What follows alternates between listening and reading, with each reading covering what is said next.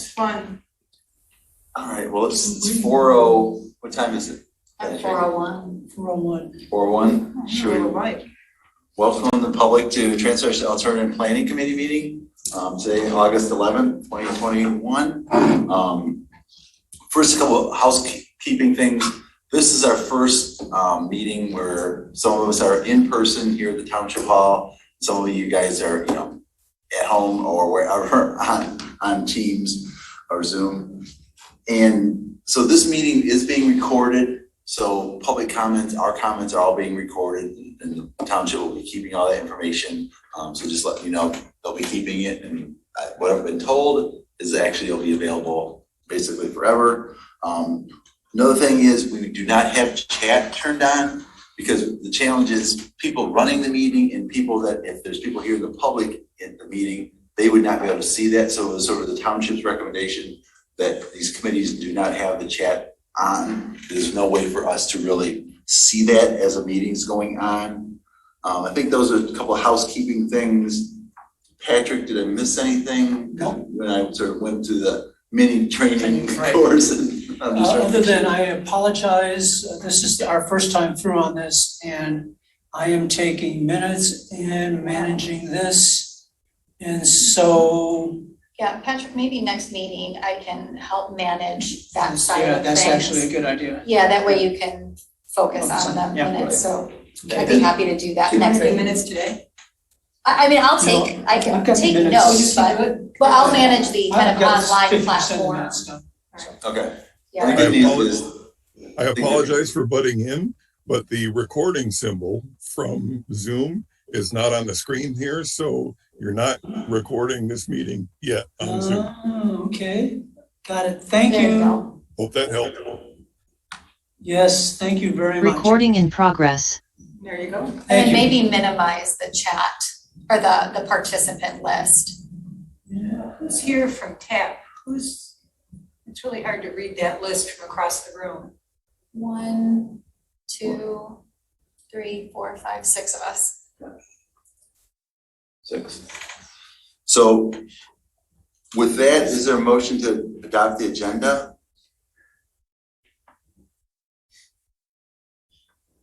I'll make a motion to adopt the agenda as presented. Looks like the support from Chris. Any changes or modifications? All those in favor of adopting the agenda, say aye.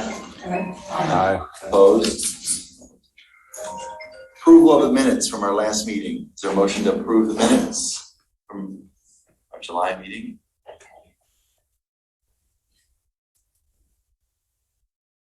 I move they be approved. Support? Any changes or modifications necessary from anyone? Okay. It's interesting to look in the room and then also I on know. the screen. It's just I know. sort of getting. Yeah, I just want to say our 2 student interns supporting the new environmental task force have joined us. And Michelle and Katie will be introducing themselves later. Okay, excellent. So all in favor of approving the minutes, say aye. Aye. Aye. Any opposed? Ayes carry. This point, we're time for public comments. Here again, you have 3 minutes for public comment. Since no one's actually in the room currently, so there won't be anyone in the room doing public comment, but we have to do people obviously online.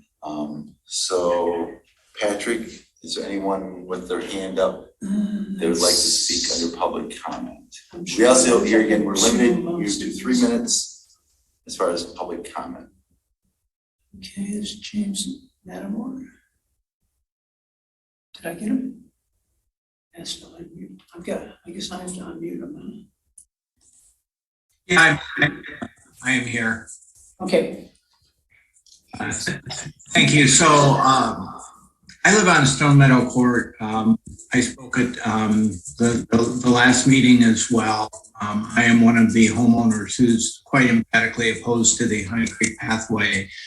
I'm looking for clarification as far as what will be your group's recommendations to the board, and also trying to figure out whether or not you were successful in basically sending all of the comments that you have received on the Honey Creek pathway to have them included with the comments on the master plan.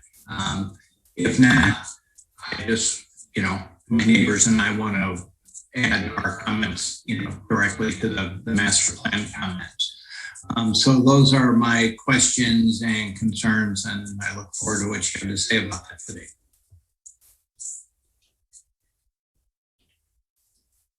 Okay, thank you. That was Rob, right? Yeah, we'll first take all the comments, then we'll have time to respond. Anyone else? Patrick, that has. Don't see any other hands. It's really, I cannot read. I've got my hand up. Can't. I'm sorry, we're just having some, trying to make sure that we're not missing anyone. Okay, there's a couple hands at the top, Patrick, that I see. It's hard for me to read it from here as Yeah, well. these are already They're very across the- faded. I can't Two get. Oh, up there we from go, where there we you go. are. Okay, there we go. Yes. Dang it. Dang it, come on. You're okay. So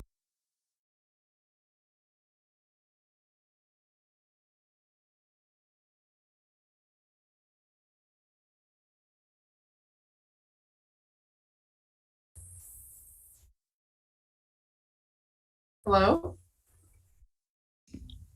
I think they have muted themselves because we can't hear you. We see your lips moving, but we can't hear you. So Patrick, there we go. Okay, So why don't you just call on one? okay, Rob Pattinson? Thank you, Patrick. I have two items. The first is, at the last TAP meeting, you expressed relative support for removing the northeast section of Honey Creek from the concept map. I would suggest removing the southwest section of Honey Creek.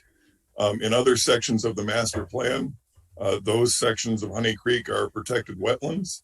And I would suggest that that is a much swampier section than the northeast and would be much more difficult for a pathway. And I would suggest removing that. The other item I'd like to talk about is that on the concept map in the master plan, there are dotted lines for proposed pathways in the future.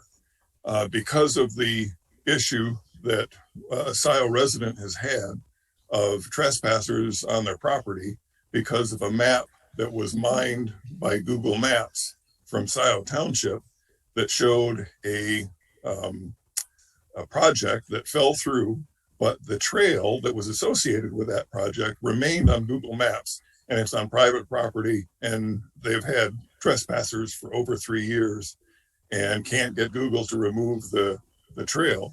I would recommend that for the concept map in this master plan, that property owners give written permission to the township to publish the dotted lines that are associated with their property on that concept map, so that property owners have two items. First, they know that their property is part of a master plan concept, and second, that they have a choice about whether their property is published, and that information now is on the internet and can be used and misused by third parties, such as this Google Map debacle that has happened. Thank you. Thank you, Rob. Next. Next is Jillian. Jillian, you should be able to go. Okay, thank you. It's a little hard to hear. I'm not sure if the storm has anything to do with it. I just want to back up with what Rob Pattinson has said. The resident that has been having issues with trespassers because of the Miller Grove concept map that ended up on Google. She contacted me this morning, and she said that her horses were agitated, so she went outside and she found a trespasser on her property. And she asked him what he was doing, and he said, "Oh, I found this map on Google and I'm following it." So she took a picture of his phone with the map. So, you know, this is concerning that it just blows my mind that there would even be a map that would have a path going through residents' properties. Residents don't want trespassers. And believe me, I've been dealing with trespassers for the past 5 years, and it's not pleasant. And especially since there was even a question in the planning commission about making no trespassing signs illegal. That is hopefully being squashed. But you know, this should be totally removed. Now, I'm not saying concept maps or paths should be removed, but only if they're through residents' property. I know that you would not like it. You would not like strangers on your private property and having to worry about a safety and whatnot. So please remove that. Thank you. Thank you. Do we see anyone else? I don't see anybody else. This should be it. Okay. Okay. I guess we're never completely certain, but we think at this point, the public comments are closed, at least the information we have available. Patrick, let's come back to the picture, the visuals of us, so we have a sense of being together. They just need to minimize this top screen that's in front of you, correct? Okay. Just real quick, I wouldn't mind saying a few things. On the Google map issue, obviously, as Rob and Jillian, I guess, I'm not that familiar with it. I know Google sort of operates as they operate, because I know my time at the road commission, certain roads would show up in certain things. But I think I agree, you want something showing up by Google. So I guess we need to work with the township and figure out steps to help ensure that this process, we can try to rectify this situation. It's sort of an interesting dilemma that I'm not sure.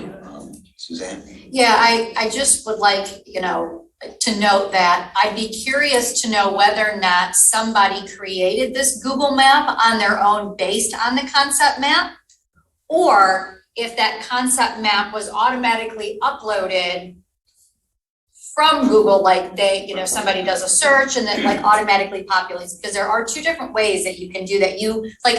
Suzanne Flower, citizen, can go into Google Create and create my own map of like my own bike routes, my own walking routes. So I'd be curious, I have never heard of, even in my own professional work, that a concept map actually became a public map. That is something new that I definitely think that we as a TAP committee and board need to make sure that we explore much more fully. Right. Like if someone had a link to this map. To the map, Jillian. Yeah, it'd be really helpful to have some real data on what is the link to this map, so we can do a little bit of research on it. So Jillian, I think you had mentioned maybe taking a photo or looking at it, and if there's an opportunity that you could share that with us where appropriate, that would be great. I think that would, yes, the resident, she's going to be submitting all of that. Thank you very much. Thank you so much. Right. So I think that'd be helpful. I think the earlier comment James had about comments included in, I guess I don't have an answer. Do you know? They were included in the packet. They were, okay. The chat notes and the remarks from Peter, I think it's Peter Davis. Okay. Yeah. Actually, those are in our packet. No, okay, got that. But he seemed probably there was some other minute or other comments. There was a record of correspondence in the BOT deck. That deck was 280 pages for the meeting last night. That went until 12:15. And there is significant volume of Honey Creek correspondence, both in the BOT historical record now and in the TAP historical record. The TAP correspondence will inform the TAP's recommendation into the master plan updates, and also the recommendation. Well, those updates will be what the new map looks like. So yes, they are well covered. Okay. All right. Chris. I've got that map available if you want me to, if I can share the screen, and you can see what the concern is with the Google map. How did you find it? What was the search that That's got it to awesome. pop up? I just did a search for the email that was sent out, Miller's Crossing, and tried to find out where roughly that was, and then I narrowed it down to the road that we're looking at. So it's, and the good news is there are no other trails shown anywhere in Scioto Township on any Scioto Township properties. This is the only one that I've found, and I'm the same as you. I don't know how exactly these got put in. I know that in the past, you had the ability to go through and mark boundaries on parks and do all this, but they don't allow that anymore, is my understanding. You can put a marker in a place for a preserve or a park, but I don't know how you would do a trail. So to Suzanne's comment about did somebody just walk through there and highlight this? I don't know the answer to that, and that's something we definitely need to look into. But as I said, if I can share the screen, I can show you, and you can see what the concern is. You've got one more there here.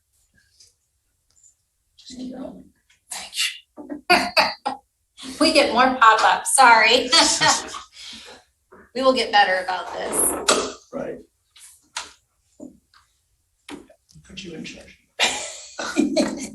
Can we share the screen? I think I actually have the ability to do it. I'm just going to go Yes. ahead if that's all right. No, Please I do. got it. Chris, if you said. Okay.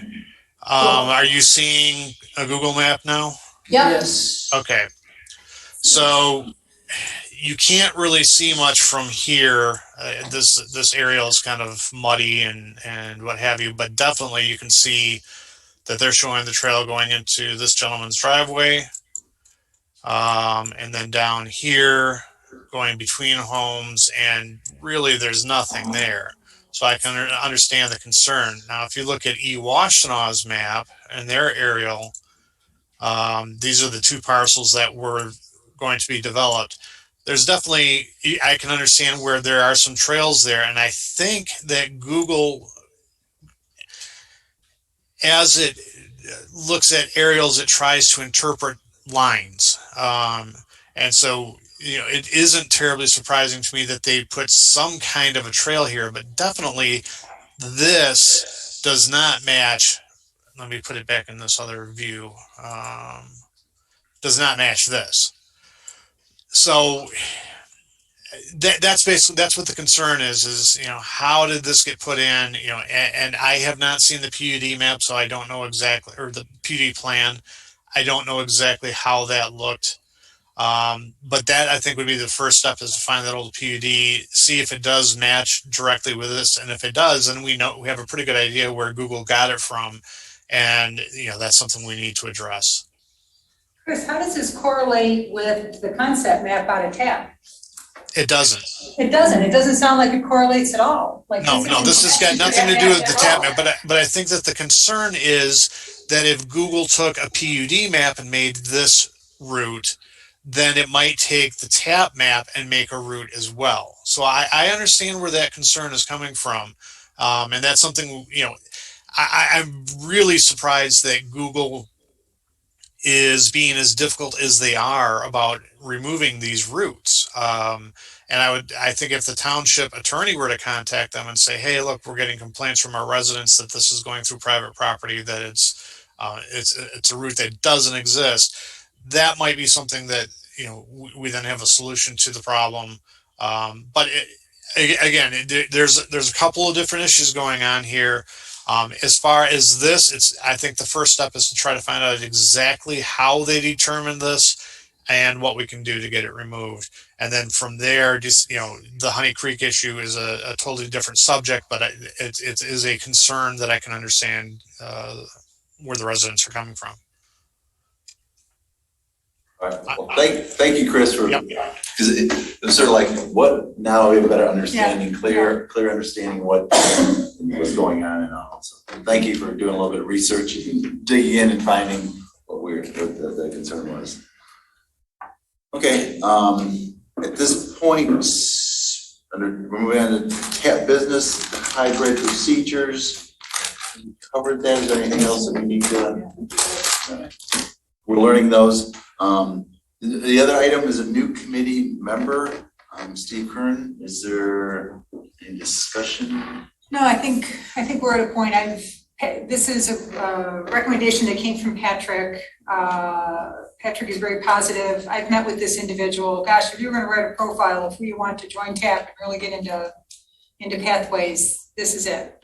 So I think we've got a great candidate for TAP, and what we now need to do, I suppose, I'm not good at this formal stuff, but I think we ought to make a motion or at least a recommendation to the supervisor for Steve Kerr as a new TAP member. And the supervisor, at our recommendation, will bring that to the August 24th BOT for approval, and then we're done. Okay, so you're sort of making a motion. Sure, I make a motion. Is there support for? I support. Support. Any discussion? Did, in the minutes, Roy, it noted that Steve Kern was being interviewed. Did we, I assume we got a profile, but that may have been last month. That was Could last we, month, Sure, I can just send as a reminder, was there something notable about Steve? What was some of his passions? Just as a reminder for the members of the public that are joining us today as well. So he's in Michigan, lived here all of his life, business owner in Sico,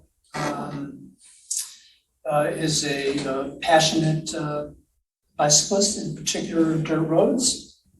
And so he's got business experience, deep knowledge of the community, and deep interest in trails and pathways. Excellent. Approaching retirement, and I just really appreciated the way he thinks about pathways, about creative ways to engage the community more fully. So yeah, just great. And he spoke at our last meeting. Oh, briefly. yes. So that was the interaction Yes. I had with him. So I was comfortable with him. So Great. so we move to support. Any further discussion? If not, all those in favor of making the recommendation of Steve Kerr to the Aye. DOT, say aye. Aye. Any opposed? Ayes carry. All right, takes us into new business, introducing the Southern Environmental Sustainability Task Force. Jane, you want to Sure. kick off and then we'll introduce the two? Sure. Well, these are our completely amazing grad students out of the School of Environment and Sustainability at U of M. They have been with us a number of weeks and have done tremendous groundwork to support the launch, which was today, of the Township's Environmental Sustainability Task Force. This task force will exist out of the Planning Commission and will be charged with pulling on lots of good regional resources, which you're going to hear about in this presentation, developing Sico Township's sustainability plan as we go forward, leveraging lots of tools within the Planning Commission suite, but also this task force will work in very close partnership with, you guessed it, land preservation, parks, alternative transportation and pathways, the BOT, working closely with the staff so that as we learn from adjacent communities and their plans, we too are putting a plan together to really deal with some of the very difficult realities environmentally from a climate point of view. So Michelle and Katie, let me turn it over to you. Awesome. Thank you, Jane. I'm going to go ahead and share my screen here. 1 second. Okay, can I just get a thumbs up from somebody so I know that's working? Okay, awesome.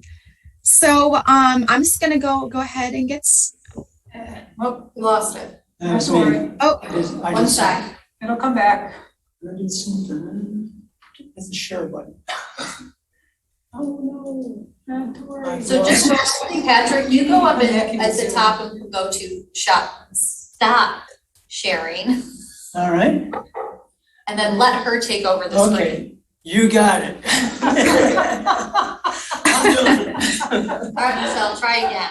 Okay, awesome. Are you guys seeing it now? Yes, that's thumbs up here. Okay, great, awesome. So I'll go ahead and get started since I know that your guys' time is valuable. Well, good evening. Thank you for letting Katie and I have the opportunity to discuss with you all about the newly formed Sustainability Task Force. As Jane said, we had our first meeting this morning at 11:30. We hope that this provides some insight and some education into what the purpose of this task force is and the role that it will be playing in helping the township become more climate resilient. So here's an outline of what we will be discussing in our 10 minutes, starting with an overview of SIO's sustainability history, what the task force is, local sustainability plans, and then end our presentation with some important upcoming dates. If you do have a question during the presentation, we just ask that you hold on to that and keep it till the end. We will have time for questions at that time. So with that, my name is Michelle Black. I am from Southern Ohio. I graduated in 2020 with a BBA from Ohio University, and I'm now currently a second year Master of Science student at the University of School for Environment and Sustainability. And I do have a slight speech impediment, so if I do stutter or get caught up on a word, just bear with me. Hello, everyone. My name is Katie Ports. I am also the intern for South Township this summer, along with Michelle. I was born and raised in Ann Arbor, went to Texas A&M for my undergrad, and now I'm happy to be back alongside Michelle, getting my master's in environment and sustainability at University of Michigan. So this next slide here is a great foundation and an outline of South Township's sustainable history. We actually have a link to this full presentation to reference it later on, but I'm going to pull out a few key points. In the land preservation column here in 2004, the LPC started up where a 0.5 millage was approved. Then under the tap and pathways at the bottom there in 2009, the non-motorized path planning initiative launched, which began the process for creating the ZEEB pathway project. And the pathway is actually pretty close to be wrapping up phase 3, which is exciting. That phase extends about 1,400 feet north of Miller Road. So that's that ZEEB pathway project. In the upper right, to date, there's 1,550 acres of land preserved are SIO funded, which is about that 8% there. And there are 2,700 acres preserved with partners, which is a total of about 12.4% of SIO's land.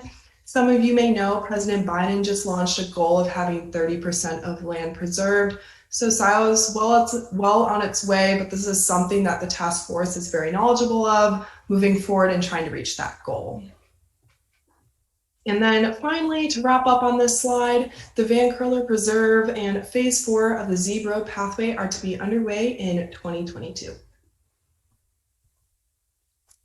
So as Katie walked us through, SIO has done a wonderful job implementing plans that support sustainability.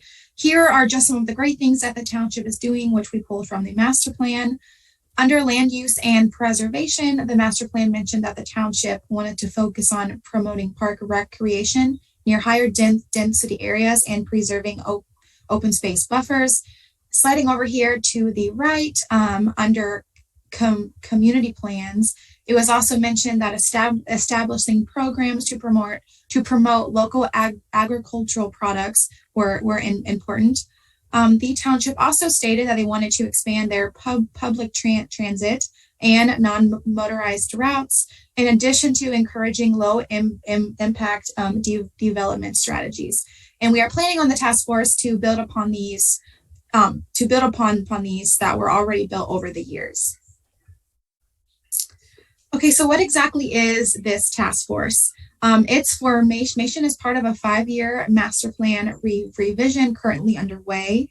It's tasked with formulating specific sustainability and climate goals in the form of ending with an environmental sustainability draft plan in 2022. So that is its ultimate goal.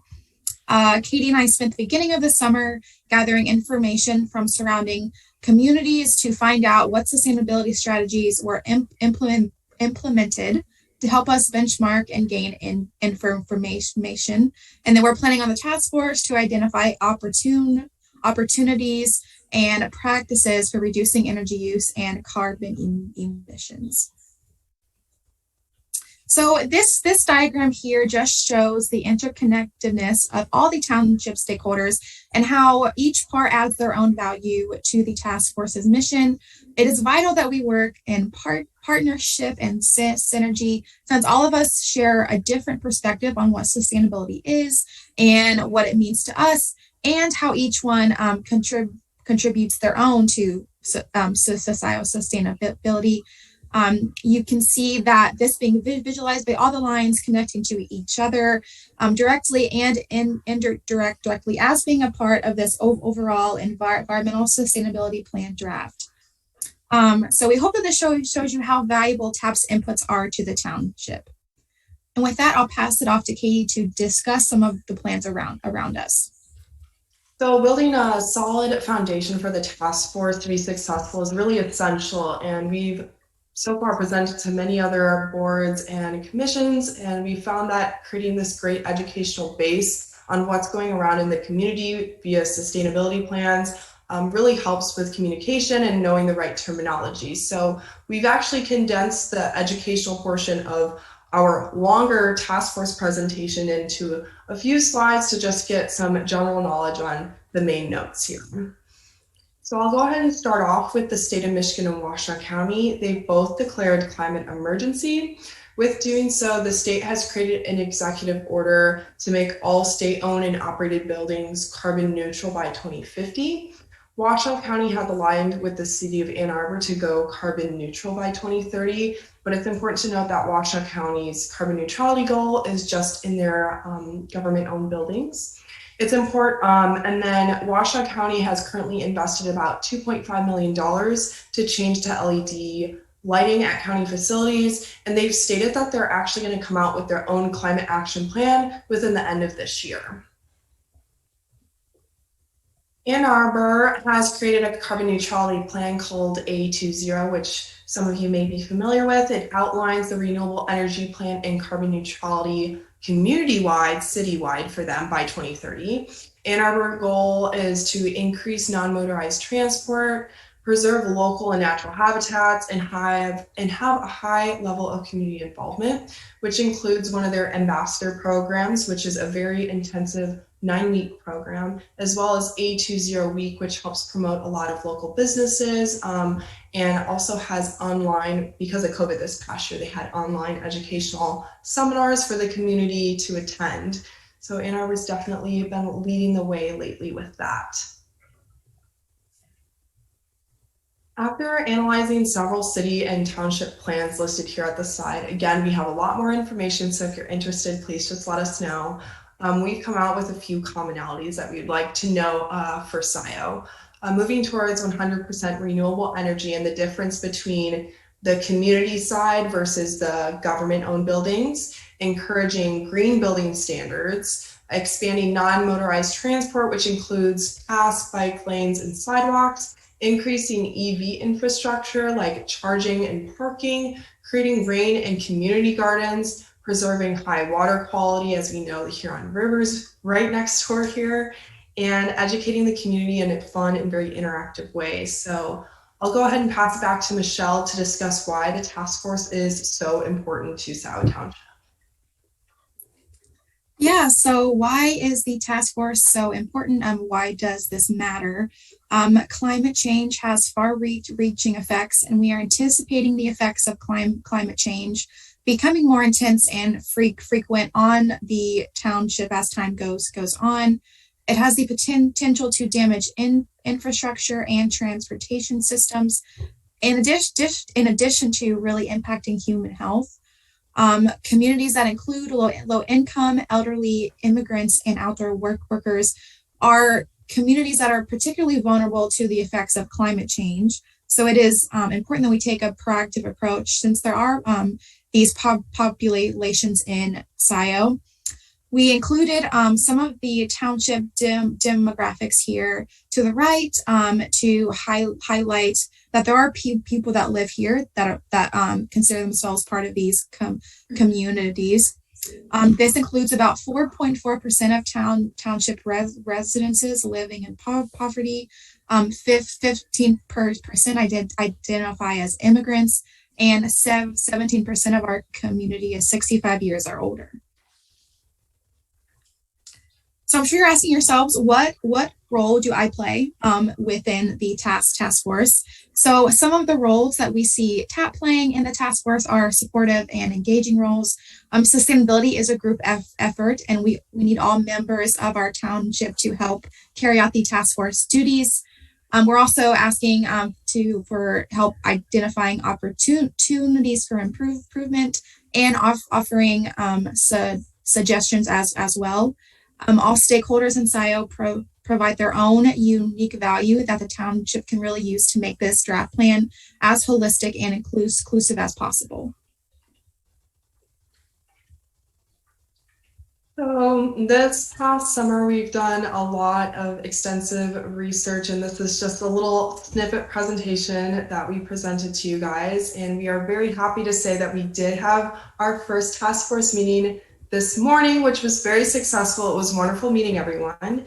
And we've also, for the task force, currently have a date for the sustainability plan to be coming out in 2022, and they are all aware of that. And so, yeah, so that's what we're looking forward to. And I really would like to thank you guys. We've been really enjoying our summer and presenting and everything. We have a lot of resources we're excited to share with you, and we have a link so that you guys have all access to that. And so Michelle and I guess now the current task force, want to thank you guys for your time today listening in SIO Sustainability. We look forward to our future collaboration. So we'll go ahead now and take a few minutes for any questions that you may have. Thank you. Thank you, Michelle. I think we do. Suzanne has a question here. Yeah, thank you both. I'm curious on the demographic slide, which is, I think, very impactful. So thank you for putting the percentage of the SIO Township residents.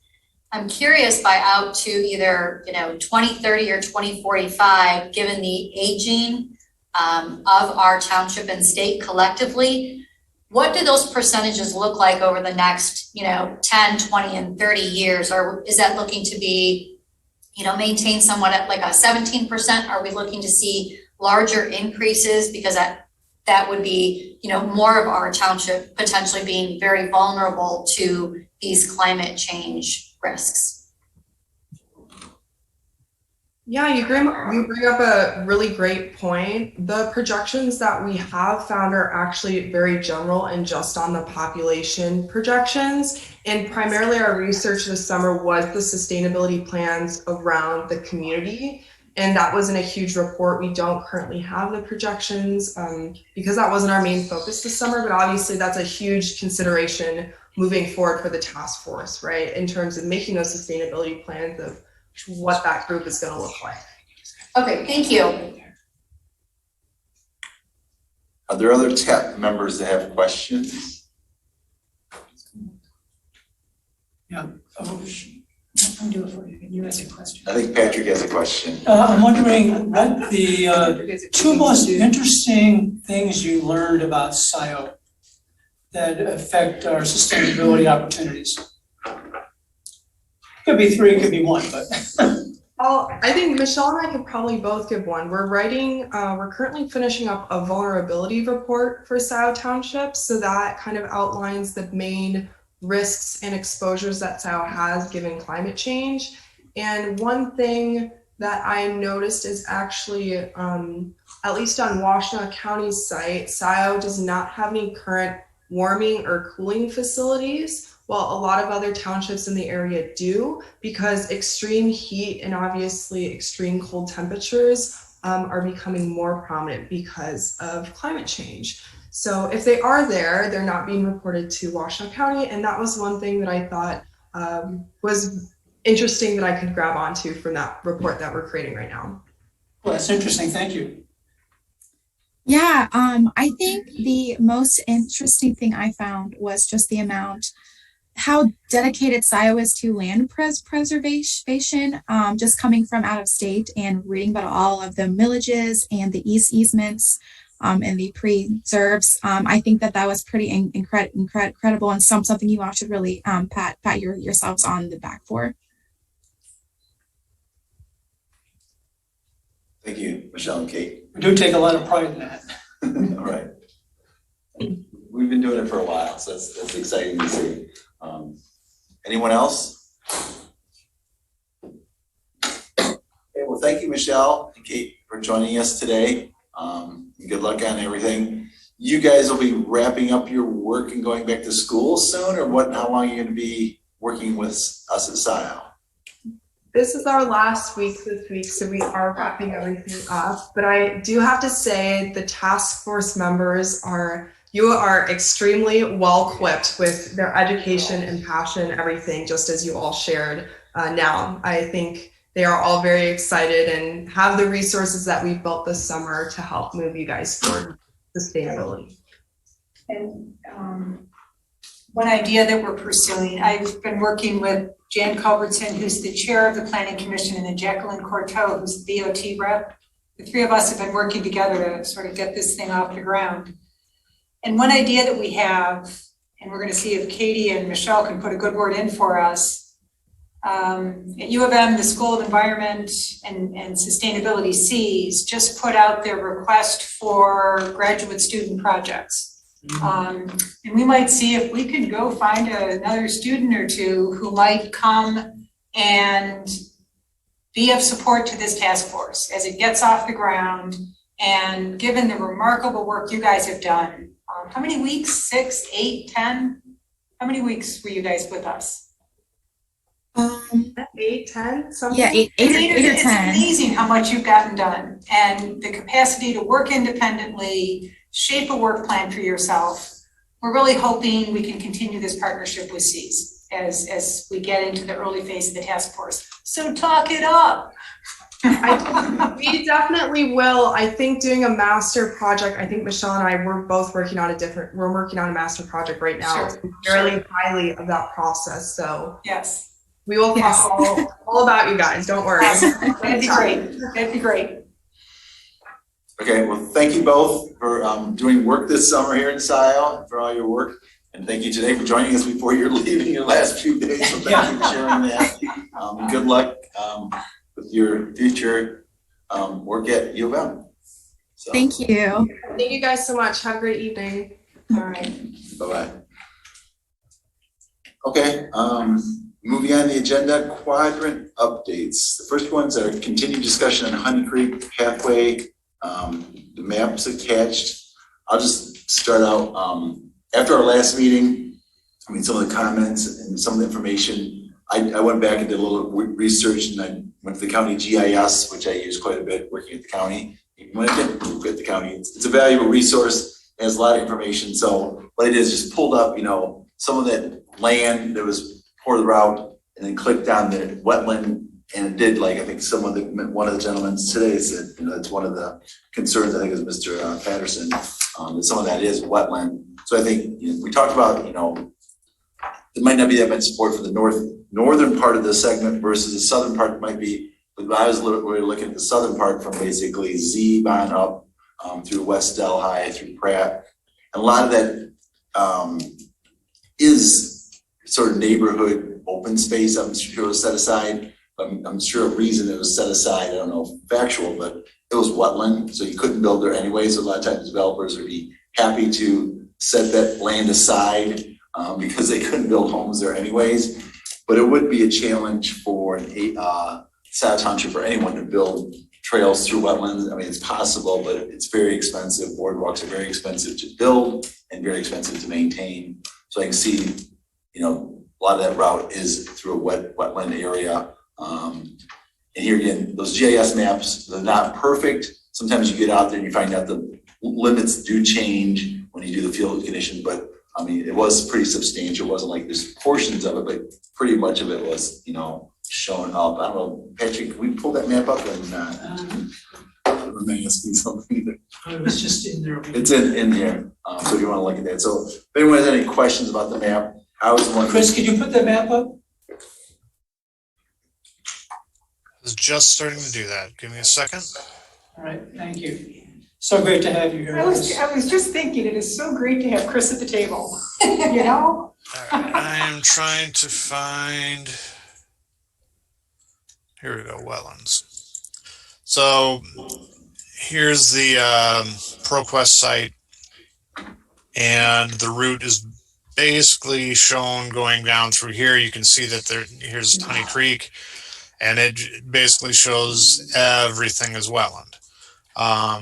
As Roy said, it's not entirely accurate. If it were, these folks would be having a lot of problems with their homes.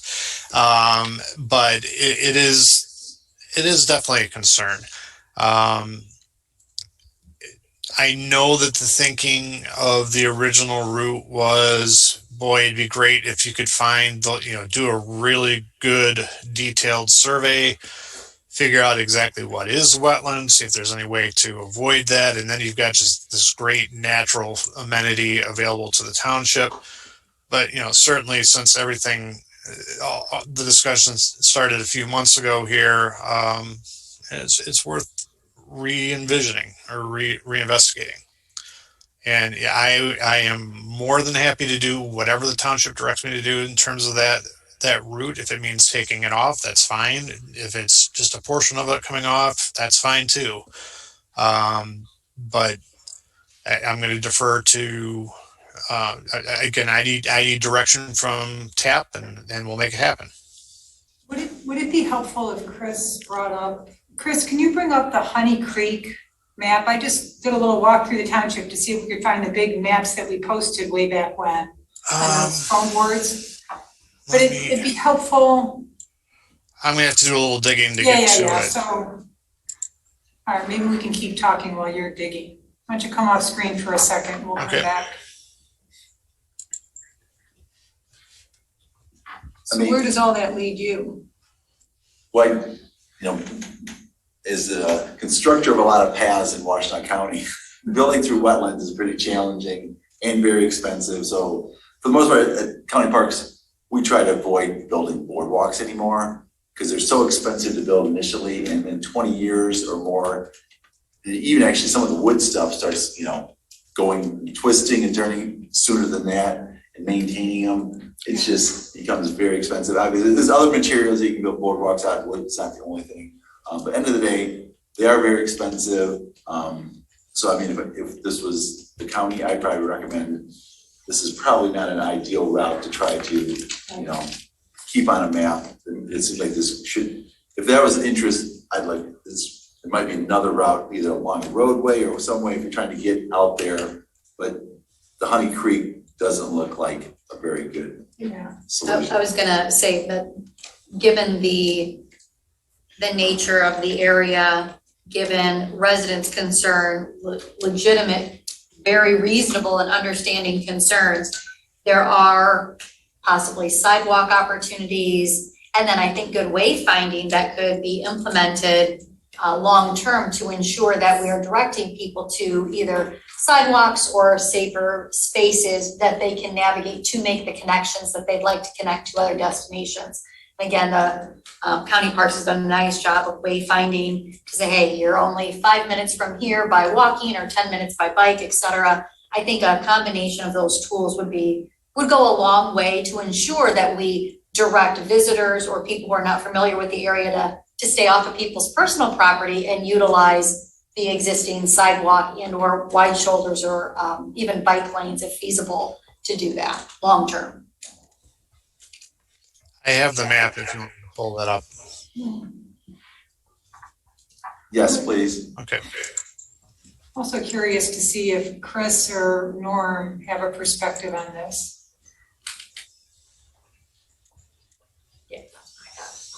Yeah, and maybe blow up this quadrant we're talking about.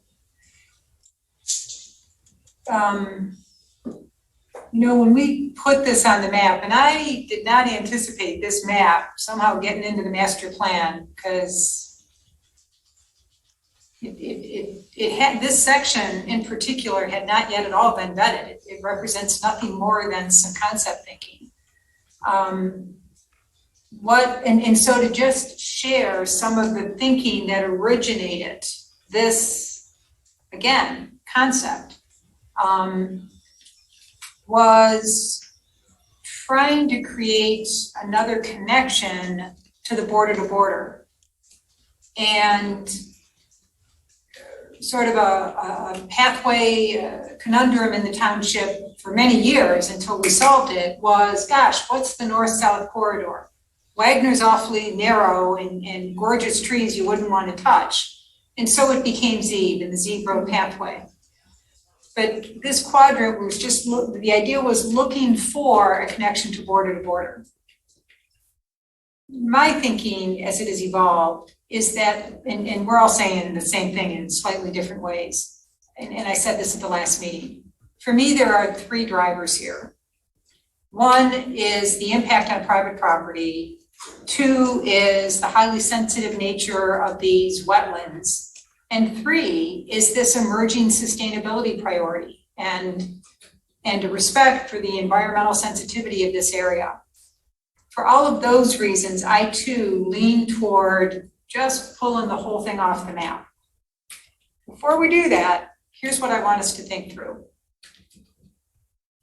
One of the very significant values of having this map to represent various concepts, various future possibilities is when, and many of you know this, a primary partner for the pathways are the developers. And when a planned unit development is happening in the township and it's inevitable in the Baker corridor and the Jackson corridor, et cetera, that presents an opportunity. And by having an envisioned section, a concept section on the map that is in some way recognized, it gives us a baseline to talk from. But this area is different. There's no development in this corridor. It's highly sensitive. I know there is one strong perspective, and I just want to bring voice to it, that you come back to what is the old Mav property, just kind of that dilapidated, undeveloped site, right? Is there any way when that, at some point in the future, I mean, something needs to happen there, engaging with that developer to move up toward Pratt and West Delhi? So then you set West Delhi up as the continuity down to the river. So it would be, Chris, maybe you can just do the pointer. Yeah, so you're only going up that first section, but as I've talked to different neighbors, it's very swampy. You're just going upstream. You're really fighting all sorts of funny metaphors here. So I want to bring voice to that, not to advocate or build a case, but to simply recognize that as one more perspective out there. Jane, if I could jump in. There's one other thing that we haven't talked about yet, and that is that there are actually two pathway maps shown in the master plan at this point. One of them is a carryover from the previous master plan, and Doug and I had a good discussion about this afternoon. It was put together with the primary focus on keeping trails within the right-of-way, and again, goes back to what you were talking about earlier about forming partnerships with developers and being able to say that, hey, this shows up in our zoning ordinance as the preferred routes for the township. And if you are going to develop something in this location and it shows a safety path on that route, then you are obligated as the developer to build that section within your property. That map fairly closely matches this map, the one that was developed by for the recreation plan and then further adjusted by TAP. But there's some discrepancies there. Most of them are minor, but there's a few that we should probably readdress. And what I would propose is having a meeting between myself and Doug with the TAP group and really talk about, how we should make this a living document that is on the Scioto Township website, easily accessible, and we bring in more community input to talk about and rank these different routes so that we can really prioritize those that need to happen. Some of them may continue to be aspirational or conceptual, but I think that there's really like 4 different levels that are that should be shown on the plan or on the route map, regardless. The first is built. Second would be a level that indicates that this route has been thoroughly vetted and is in planning stages as far as the design drawings have been pulled together and is going to be built. The third would be we've looked at this, done some research, and it's something that will need further research, but it's a feasible route. And then the fourth would be that aspirational level, something that if all the chips fall in the right way, then maybe this would be something for far down the line. I still don't think that Honey Creek meets any of those criteria. And I tend to agree with you all that we should remove it. But I think that we need to have that discussion and really try to merge those 2 maps together and determine exactly how we want to present that to the public. Thank you, Chris. Suzanne? I understand I think the perspective that we are missing that Jane brought up that I just want to reiterate is having not a designated space, but at least having narrative within the master plan with the parks plan that says that we do envision finding connections for community, neighbors, neighborhoods, subdivisions, et cetera. I think having that language, it doesn't need to be specifically mapped, but I'm very hesitant to not have some kind of concept or at least an understanding, because if there is that opportunity, if you don't have it down, if you don't have some kind of line, and I'm not saying it needs to be through a sensitive wetland, but it's through a combination of, shoulders, bike lanes, widened sidewalks. I definitely see and I hear that, I don't want to say fear, but that we need to have some way to not just narratively have that, but to show the development that we want a connected community beyond just what is on the ground, beyond just and it should be driven by either that subdivision, that neighborhood. There needs to be a lot of input built into that. But then is it Miller Road? I don't know, but we don't have anything showing like what that facility, we are going to use Miller Road as like a major connector that splinters into other areas. I'm not sure, and I think that would be the challenge for the next recreation plan, is to make sure that we are thinking about those major corridors that we want to connect to the more regional system of the border to border. So I think the layering is a good idea, but I don't want to put the Honey Creek on there. Yes, take it off, that's fine. But then where else is acceptable? Where else can we provide those connections to some of these very densely dense areas within our township? Right. Because, listening to you talk, and then it's important to bring Norm and Chris into this back and forth. Listening to you just now, what went through my mind was the TAP mission statement. And when you distill that down, it is to get folks where they want to go without having to jump in their car. Safely. Safely, right. And that is front and center in this whole sustainability game we're about to get into, right? So I love the way you framed it, Suzanne. How do we work in partnership with our neighbors, with the community, to really think about where those opportunities for connectivity are, non-motorized, that are safe and comfortable?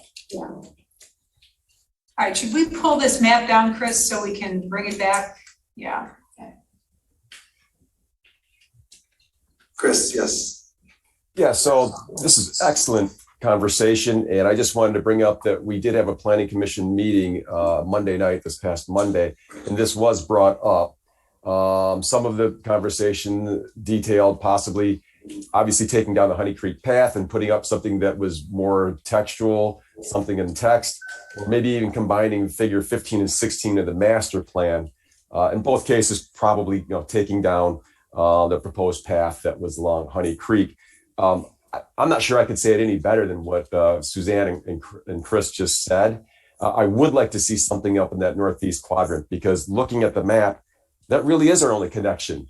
And if you take that down, we've kind of left the northeast, quadrant blank with nothing, while the other three quadrants do have potential connections. And I obviously don't know the background of those connections, if there have been homeowners or property owners that have had issues, but this is a vision. And I think the township and as TAP, we need to have a vision. So, taking the proposed trail down, I don't have a problem, but I sure would like to have some type of reference in the northeast quadrant, so we haven't left that segment of our community out, that we do have, non-motorized connections. So I would like to see some type of reference in there, whether it is another conceptual map, or something in text that we keep.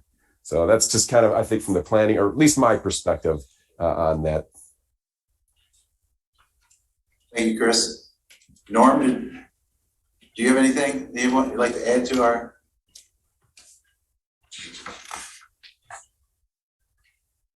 Mute. I think you're still muted. Hey, Norm, you're still muted.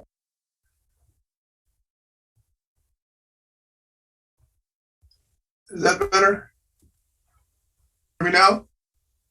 Hello? Hello? Oh, okay. As I was listening to the discussions, a couple of things occurred to me, and one is the resources that are there are contained unto themselves. There's a wetland ecosystem there, and it provides benefits to the community, whether humans go through it or not. So I think it's an asset. It's nice to be able to drive along it or walk along it in the neighborhood without actually disturbing it. But the other thing is there's natural flow patterns of the residents when they're going shopping, when they're going down to the wetlands, when they're going to a park or something like that. And we need to capture what those flow patterns are, how these small streets come into larger streets and larger streets going into major access points. Sort of like an arterial blood system, there's flows both ways. And we need to capture those because there are natural patterns that are happening out there already, but we don't know what they are. So some way to survey those and find out what those are would go a long way towards helping us get a feel of what people are already doing out there and trying to facilitate that in a way that makes it even better.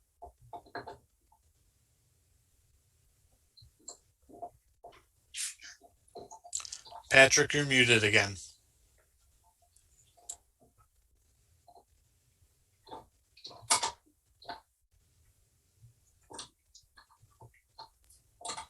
I was just gonna say, I think one way to utilize existing data from Strava to see where people are kind of already tracking their at least biking and walking routes. We can see the kind of volume and heat density of that. So that could be, I do have access to that professionally, and I'd be happy to download a couple maps and bring that to next month's meeting, just to see kind of what that looks like and where people are already going biking and walking. No, I think end of the day, all that data is important. I think here again, we're planning towards the future. You can't just look at today, but where do we want to be in 2030, 2040, and that's the whole sustainability too. It's sort of like, we're not sitting about, we're sort of worried about today, but really we're trying to figure out the future. So that's where it becomes sort of that balance of the future, but obviously, figuring out some ways of how people can become connected, not only today, but into the future, and having some of that information of where are people going today, what's the needs today, trying to anticipate in the future, I think is all part of that whole process of getting that information all together to make informed decisions as we're moving forward. Exactly. I can say as a person that bikes probably 4 or 5 times a week down to border from Wagner and Sico. Exactly, it's dangerous. Yep. There's no safe way to go. I'm No. delighted to see what's happening on Z. Right. Wagner is scary. It is scary, There's, It is there's scary. no margin. right, And so it'd be wonderful to find a way, right. but Honey Right. Creek is not the way to do it. No, it's not. It's really not, and But for safety purposes, we would need to find a path. And Norm suggested an interesting way to start to get an idea. yeah, it is. Norm's story reminded me of this executive I worked with at Ford, and he was on the board up at Northern. Is that the one like way up in the UP? And they were redefining the sidewalks and things in their quadrants, right? Because they were all falling apart. And he said, okay, just take all the sidewalks off. For a year, just see where the students walk. Yeah. And the next year, put in your sidewalks. Go past. And they did. And it was like, okay, all the Well, students walk on the You know, sidewalks. that's 'cause they fine, showed up. except sometimes the absence of Yes. is the reason why people are not walking, because they don't feel safe and they don't feel comfortable going Yeah. along that particular road, so they avoid it. All right, so here's two quick observations I'd offer. And, oh, Patrick, there's somebody else to admit. See, it's really, this format, it has got upsides and downsides. It's like, I have no idea who we're talking to in terms of either numbers or who was in the public. So we'll assume folks are with us. Two observations. One to the community. It's like, it's not really my position to do this, but I do want to acknowledge and to some extent apologize for the discomfort this portion of the map has caused many of the neighbors. Coming out of this 18 months of COVID, we did have a great big public session with all these maps posted. It was here in the township, and I think, Chris Nordstrom, you could help. I think that was like late of 2018. Thank you. But somewhere in like 19, I don't know, maybe I'm a year off, doesn't matter. COVID really interrupted what needed to be an engagement process. And then somehow this map got into a much more public domain than it was probably ready to be in, but so be it. It's triggered really important feedback from the community, and so I want to thank you for that. That's just one observation. The other is, so there I am, chatting away with Steve the other day, right? Just getting to know him better, et cetera. And in describing this map, I had this little light bulb go off, right? So far, our focus on pathways has been on delivering what we pretty much knew was in the books. Like Zeb Road has been on the books for what? I think in 2009, I was part of some task force to conceive it. So lots of years. Parkland Plaza probably has the same number of years of history. Those two puppies are finally gonna get done. And I realized, I pulled out our little map and I'm chatting away with Steve, and I realized we need to step back and do exactly what we're all saying right now. And that is find some smart way to get lots of input to begin to set some priority areas and then define the pathway in that. And I think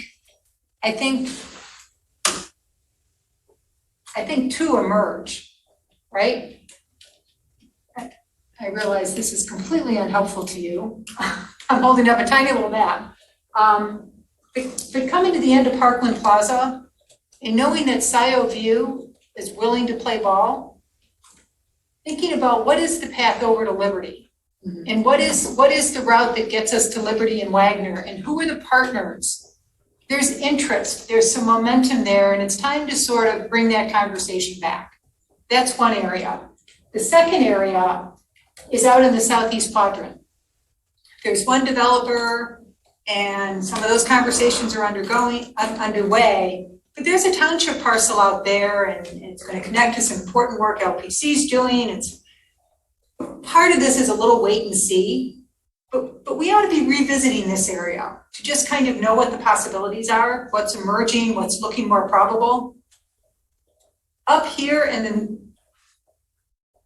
help me? Northwest. Up in the northwest, that is, and again, just correct me if I'm wrong, but this is completely opportunistic. It's so important to have something on the map in some very tentative way so that as the inevitable development over the years comes up in the Baker corridor, we are poised and ready for our partnership with a developer to say, hey, guess what? This falls right into the zone we're looking for a pathway. How about if you pony up for this segment? And Dexter's making progress coming south. We want to be looking for the opportunities to go north. Not like we know what they are, but like we know what we hope they will be. Right? And I think just like what's happened with Parkland Plaza and what's happened with Zeeb's, there's been tweaking all along the way. Oh, absolutely. But we've got to have the concept to enable us to tweak. To iterate And from. it took 9, 10, 11 years because things are complicated. Yes. And just like we've done with the Honey Creek community, we listen, we learn, we adapt. Exactly. And just to share one really great story with you about phase 4 of Z, one of the neighbors, as we were just securing this particular easement and where the route was going to take out just some really valued trees. And so they initiated, we'll bring the route a little deeper into our property because you can move around these trees. And it was just such a great example of coming together and thinking through it together and finding a solution that worked for everybody. So anyway, does that make sense? No, oh yeah, no, exactly. I think that just take a step back and look at, because at the end of the day, we're trying to figure out future visions and future connections from Scio. If it's to Ann Arbor, if it's to Dexter, if it's the border, if it's lands that the township already owns. I think that's what we need to do. I guess we do have a lot of things on the agenda. We're still do we want to take any other action on this Honey Creek? Yeah. At this time? I think, well, TAP needs to frame its input to the master plan, but I think we should formalize emotions, and Suzanne, I think you were getting closest to it, to go ahead and remove the current Honey Creek pathway concept from the map and work toward sort of the narrative that describes the intent of enabling some level of connectivity consistent with the residents. And should we, I guess that'd be a question to the other, members this evening, should we do that in a formal motion or as a specific comment coming from the board that has our membership that has that support among all of us? Where, hey, these are the comments that we have to the master plan, these are recommendations coming from our perspective. So I look to others. Chris Nordstrom, when are our comments due on the master plan? Do we know that? 23rd. Yeah, it was August 21. I think it's the 23rd, Chris. So 23rd. So if we don't act today, our next meeting would be too late. Correct. So so I think based on that, I'd say since Honey Creek seems to be a pretty high priority, seems like we should. Well, then I'll go ahead and make a motion to remove the current Honey Creek pathway as Chris Nordstrom had proposed on the map. It's kind of this purple dotted line on the map if people have the map in front of them. In lieu of that, include a narrative to the master plan that includes that we do want to provide connections throughout this northeast quadrant for non-motorized connectivity. That was a mouthful of a motion.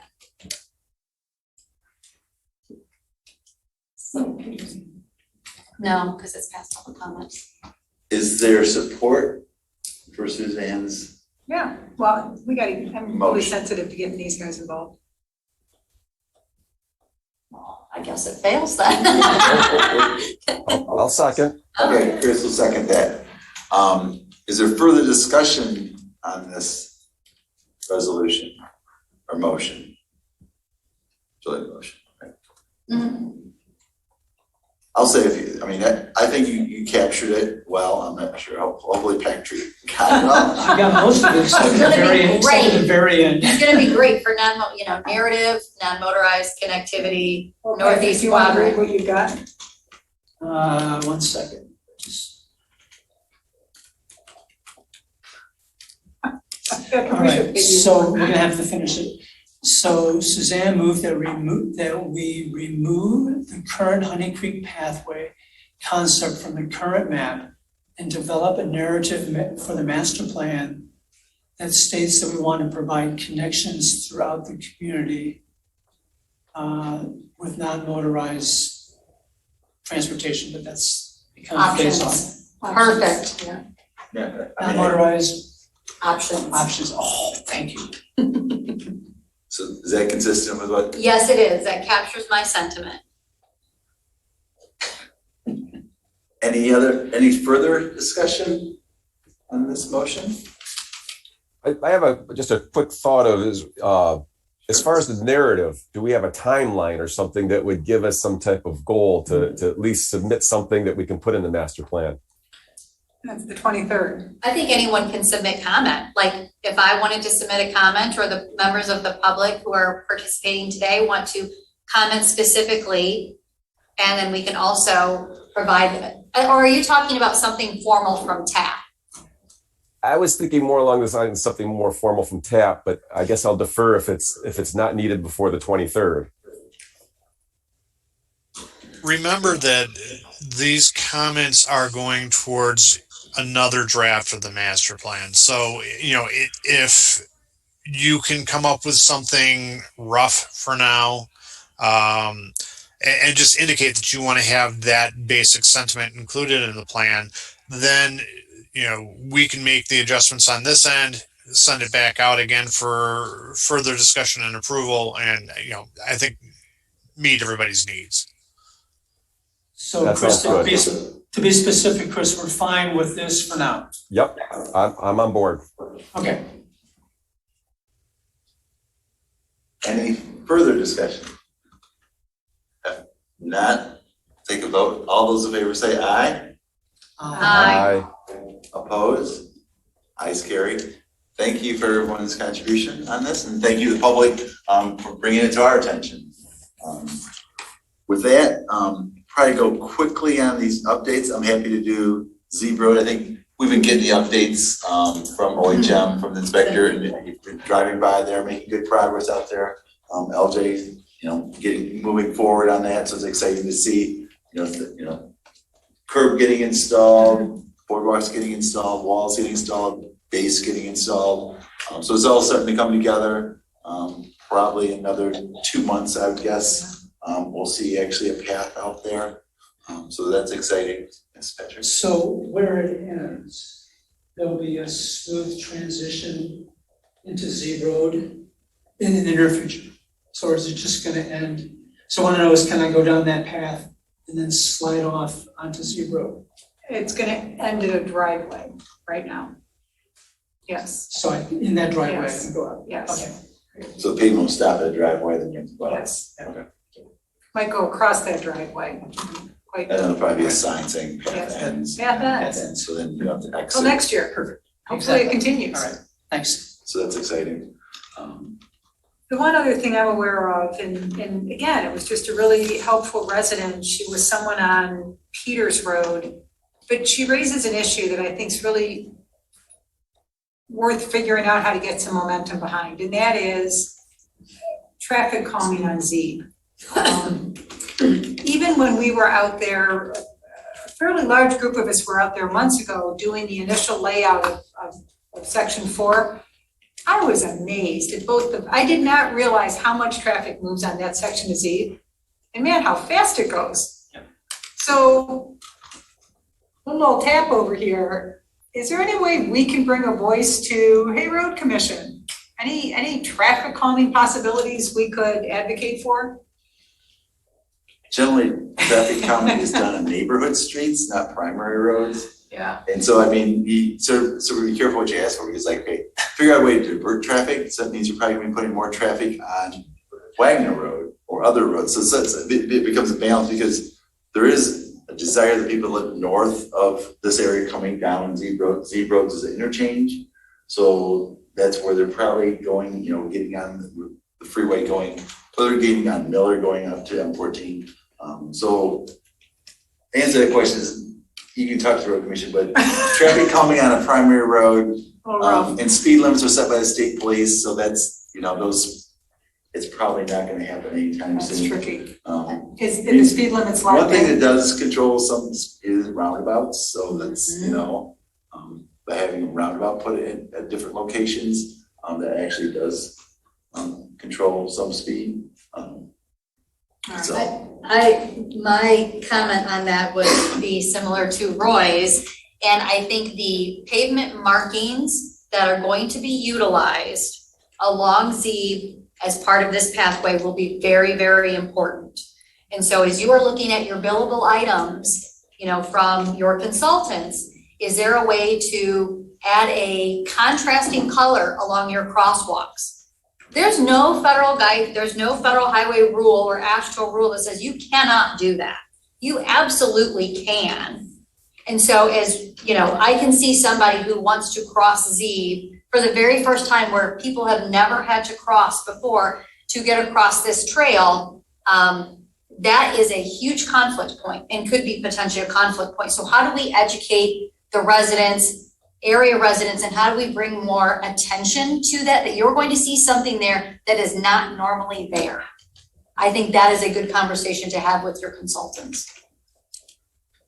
And again, it could be just pavement markings. It's just something different and new. And that's fairly inexpensive to try out. When I was doing interviews for the previous newsletter article, somebody who lives at the intersection of Miller and Z was talking about how dangerous that is. Oh my gosh, yeah. And we're gonna have people crossing Mm-hmm. because where the pathway ends and then moves to the east side of the street. Right. So we need to be very careful there. Yes, well, it's why we put the crossing from west to east down at Ann Arbor Dexter, because you're doing it with the light. Yes. And then when you get to Miller's got a stop sign. Right. So you're crossing with traffic at a stop sign. Yeah. If you across Z there, you got nothing going for you. Right. So it was very intentional that was the route, Yeah. because that's the safest way to do it. I'm sharing the sensitivity around time here. yep. Other updates, anything, I guess, substantials, the southeast or southwest? The Parkland Plaza letter just went out. Because the Z Road Phase 3 video was so well received, Sally Boss from OHM and I put together a quick Parkland Plaza video. It's on the township website. It's referred to in the letter. That's all out. So that construction's on pace for sometime later this month to begin. And just the last loose end in my mind is just getting a special thank you out to the partners. And so that piece will happen. Nothing on Sico West. Nothing's different from the last discussion we had. Alternative transportation, Roy, I'm not sure if I have an update that or I anything. think the one thing we want to do is say that this fall, we're gonna have somebody from AAATA come out and talk to us. Okay, Yeah, and we've added this as a standing item because we've not put much attention to it. And my idea is that if we've got it on the agenda, as we're putting together the agenda, Right. to say, oh my God, what are we gonna do? thank you. Yeah, so I have Ann Arbor Transit, ATA, come out, talk to us, basically update. Because that millage is up for renewal next year, 22. Transit millage, I believe. At one point. I know they're working on their, But I'm talking, 10-year. actually the one in Sico, Oh, really? yeah. I think it's coming up, Oh, wow. so. I guess we should find that out. Any funding update, Chris or Jane? I sent a list of potential private partners to the Iron Belt Trail Foundation this morning, and they received it, and we'll be looking into it, and they'll be getting back to us on their thoughts and potential other partners that we may not have thought of. And then Jane and I and Roy and Patrick have been working on the CIP. It still needs a little bit of tweaking, but it's coming along and is starting to become a document that we can actually use and give to the board to show planned funding over the next 5 years. So I think there's been good progress on that. The one thing, geez, I would ask a question, and you guys are all gonna look to me like, what do you think? But we have to give OHM definitive direction. They're doing the federal TAP grant for us, basically for the bridge across the river, right? But we decided to bring, that's phase 5A. And we decided to bring that boundary a little farther south to catch that really expensive retaining wall. So I think for the sake of giving definitive direction to OHM, if that's really what we're recommending, then we should state that somehow, because it also connects, remember the big funding we're after for phase 4 is a second MDNR grant. And we're working with that grant coordinator to get all the phase 3 invoices in, and that process is underway. And she is willing to work with us to re-segment Zeeb Road, because when it went in the first time, it was one big unit. She's willing to let us segment it so we can go after additional grants.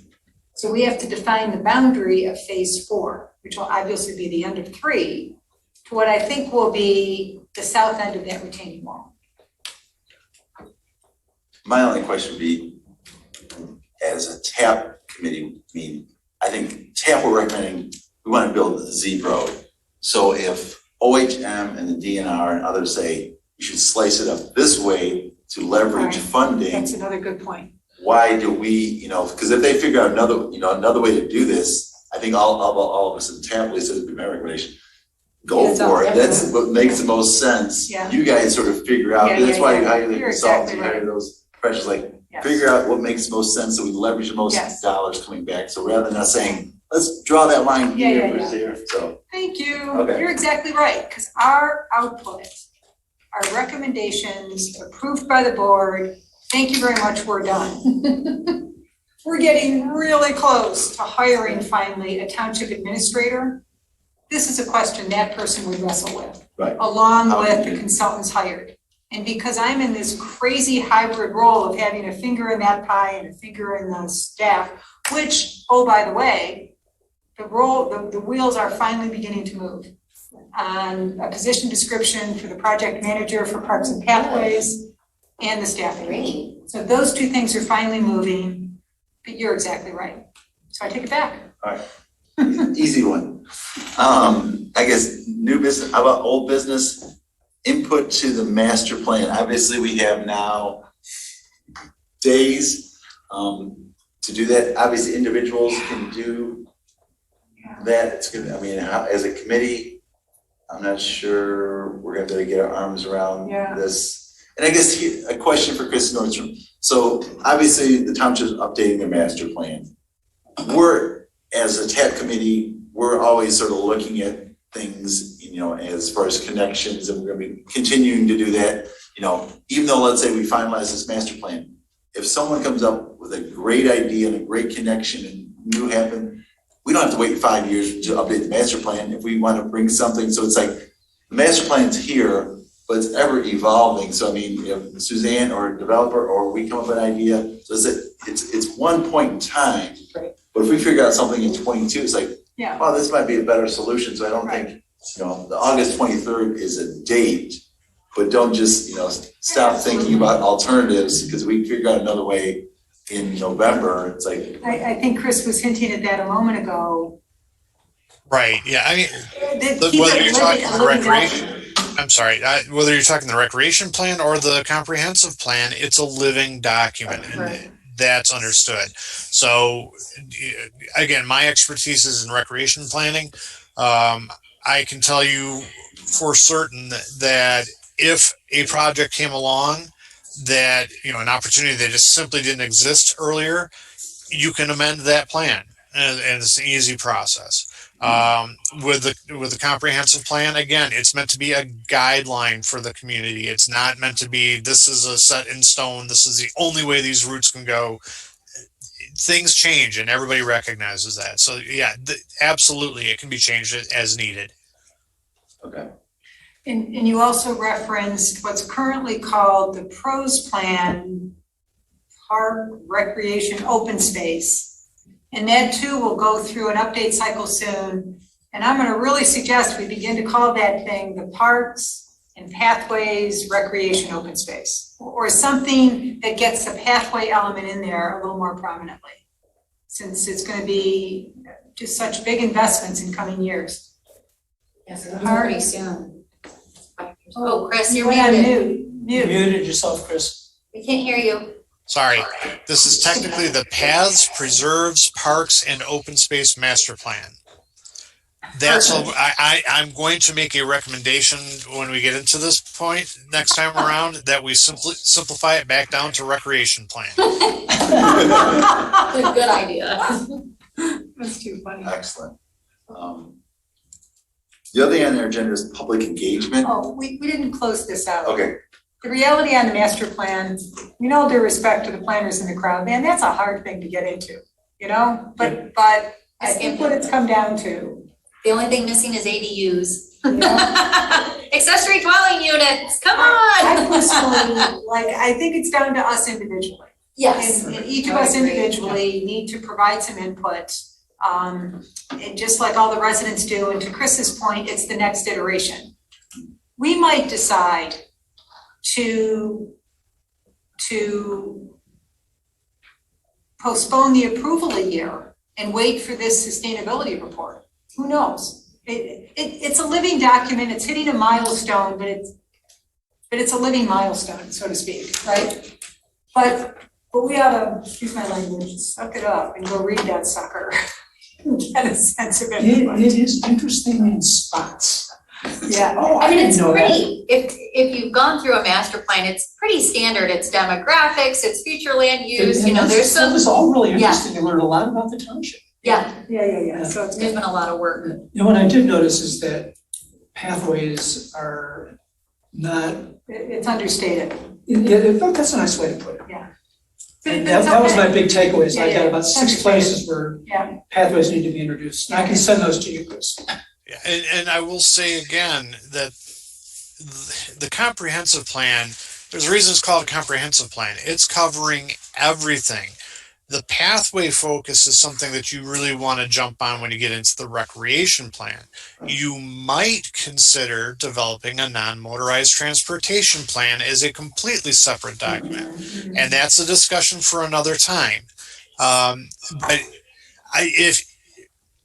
if the comprehensive plan doesn't seem to cover non-motorized transportation quite to the level you want, it's simply because it is covering such a broad spectrum of topics. And if you think it's tough reading through the document now, imagine if everybody got to have everything in there that they wanted.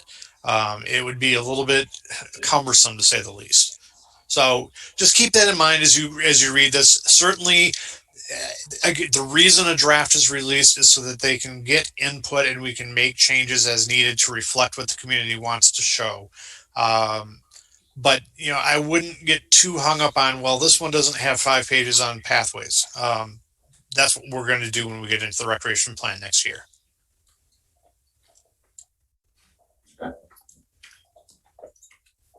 good with that.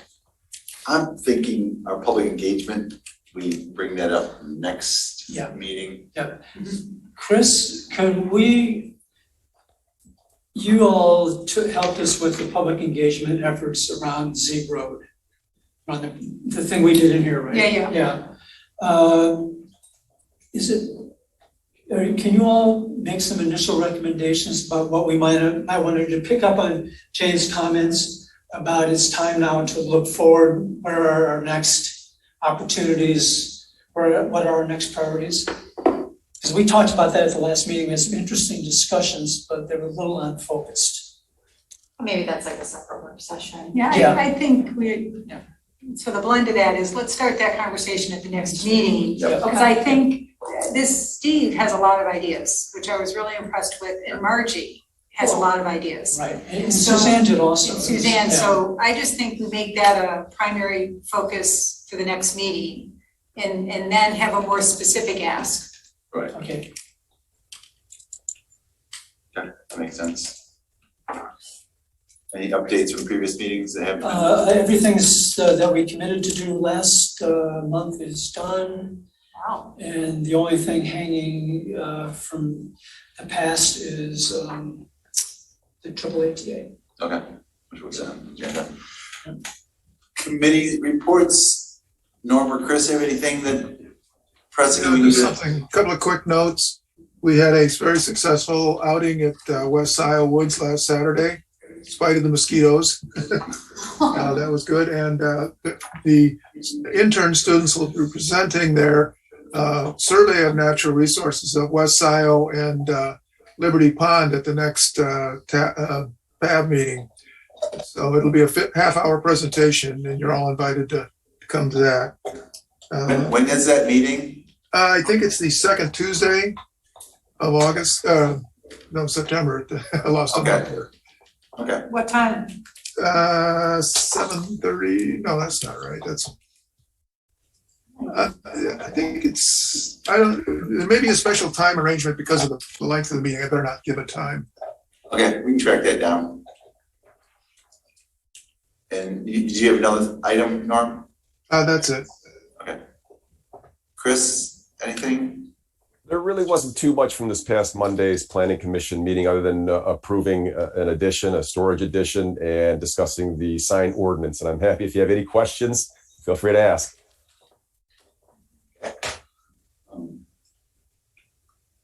Wrap up, anything? Next steps, assignments, Patrick? So I've got is Jillian's going to send the map to us that her neighbor. I think we've seen the map. Oh, wait, is that the map? Yeah, I think that's what Chris pulled up was Is that the Google map. Okay, great. Yep, so we got to see Okay. that was routed right onto private property. All right. We'll try to figure out how that happened, and we'll work with the township attorney to send a letter to Google, ask them to delete the map. We'll send a letter to the Board of Trustees recommending Steve. Suzanne will provide Strava data, and we'll send the motion about the Honey Creek pathway to the Board of Trustees. Those are the follow-up items. Yes. Can I make a comment, please, on that amendment? I know I'm out of turn, but you also need to look at the Path Preserves Honey Creek pathway map. That was not addressed in your removal, that it also needs to be removed from that document as well. Okay. Next meeting will be September 8th. Yes. Is that right? Wow, that's amazing. And I guess at this point, we'll probably have similar to this meeting unless something changes at the township. So Patrick, thank you for, walking us through. It was a challenge, but thank you for And one of the getting us problems there. is having two. Oh my gosh, no wonder. Does this feel doable to you? I'd like to try it one more time because I'm learning a lot. Cool. But if I continue to struggle, and I appreciate everybody's help, because I'm typing here and all of a Right, sudden, yeah, the first yeah, thing comes yeah. out. Yeah, So it may not be practical, but I'd like to give it one more try. Well, excellent. let's make sure it stays comfortable for you. All right. That motion to adjourn? So. So Let's moved. do it. All right. Thank you. All right, Thanks, everyone. Thanks, everyone. good to see everybody. Bye-bye. All right.